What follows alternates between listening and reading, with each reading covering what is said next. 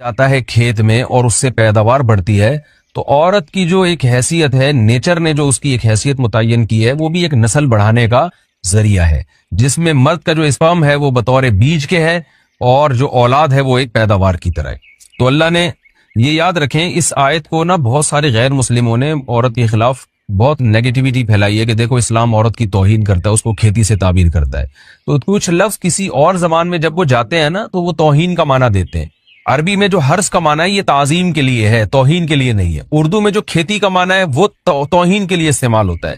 کھیتی یعنی جو پاؤں میں روندی جانے والی، اور زمین جو ہے نا پاؤں میں گویا روندی، اس کو روندا جا رہا ہے، تو اس لیے اس کا اردو میں بالکل اسی طرح جو لوگ ترجمہ کر دیتے ہیں کہ عورتیں تمہاری کھیتیاں ہیں، تو یہ ترجمہ میرا خیال ہے اس لیے درست نہیں ہے کہ اردو میں اس کا مفہوم ہی چینج ہو جاتا ہے۔ یعنی گویا ایک عزت کے لیے جو لفظ اللہ نے استعمال کیا وہ ذلت کا ذریعہ بن جاتا ہے۔ تو اس لیے کسی بھی زبان میں جب ہم کسی بھی لفظ کا ترجمہ کرتے ہیں تو اس زبان کے ہمیں محاوروں کو دیکھنا چاہیے کہ اس زبان میں یہ لفظ کس معنی میں استعمال ہو رہا ہے۔ مثال کے طور پر ہو سکتا ہے کتا کا لفظ کسی زبان میں وفاداری کے لیے استعمال ہوتا ہو، کسی کو لوگ ڈاگ کہتے ہوں تو اس کا مقصد ہوتا ہے وفادار انسان ہے، لیکن ہمارے یہاں اردو میں گالی ہے وہ، اور آپ بولیں کہ بھئی وہ فلاں قوم ڈاگ کہتی ہے تو ہم کتا کہیں گے، تو آپ جب اس کا ترجمہ اردو میں کریں گے تو کتے سے نہیں کر سکتے۔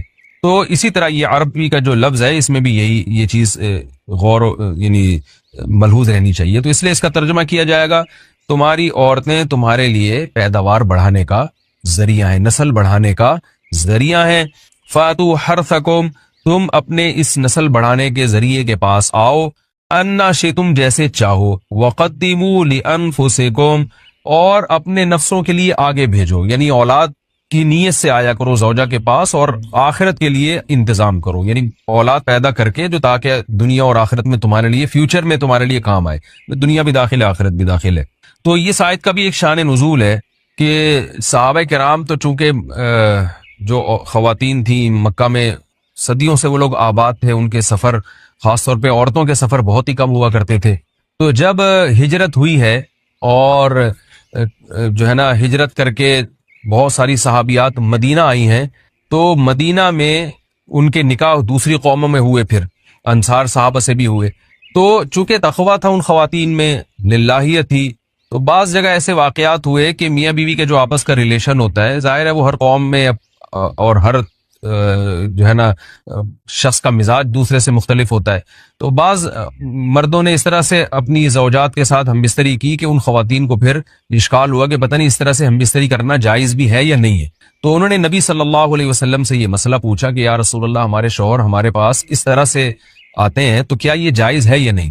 تو ان کے سوال کو بھی مبہم رکھا گیا اور قرآن نے اس کے جواب کو بھی کنایتاً بیان کیا، کیونکہ مسئلہ بظاہر حیا کے خلاف ہے، تو قرآن جب بھی کوئی ایسی بات ہوتی ہے تو اشارتاً کنایتاً اس کا تذکرہ کر دیتا ہے تاکہ مسئلہ بھی واضح ہو جائے، کیونکہ ظاہر ہے اس کی ضرورت تو قیامت تک آنے والے انسانوں کو پڑ سکتی ہے نا۔ یہ تو ہر میاں بیوی کا اپنا ایک ذاتی مسئلہ ہوتا ہے کہ ہمیں کس طرح سے پرمیشن ہے، کس طرح سے پرمیشن نہیں ہے۔ تو اللہ تعالیٰ نے بھی اشارتاً ہی اس حکم کو قرآن میں بیان کر دیا۔ قرآن میں اس لیے بیان کیا کہ تاکہ اس میں کوئی اجتہادی اختلاف کی گنجائش نہ رہے۔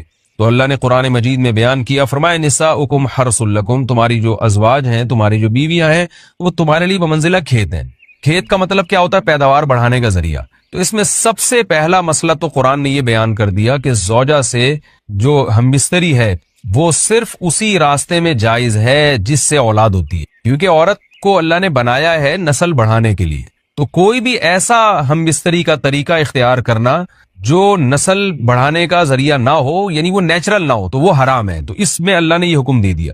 تو اس سے صاف یعنی حدیث سے بھی پتہ چلتا ہے اور تمام فقہاء کا اجماع بھی ہے اس آیت کی روشنی میں کہ مسئلہ تھوڑا حیا کے خلاف ہے، لیکن میرا خیال ہے بتانا ضروری ہے کہ پچھلے راستے سے عورت سے ہمبستری کرنا بالکل حرام ہے، ناجائز، اور نبی صلی اللہ علیہ وسلم کی اس پہ بہت شدید لعنت ہے، بہت شدید وعید ہے۔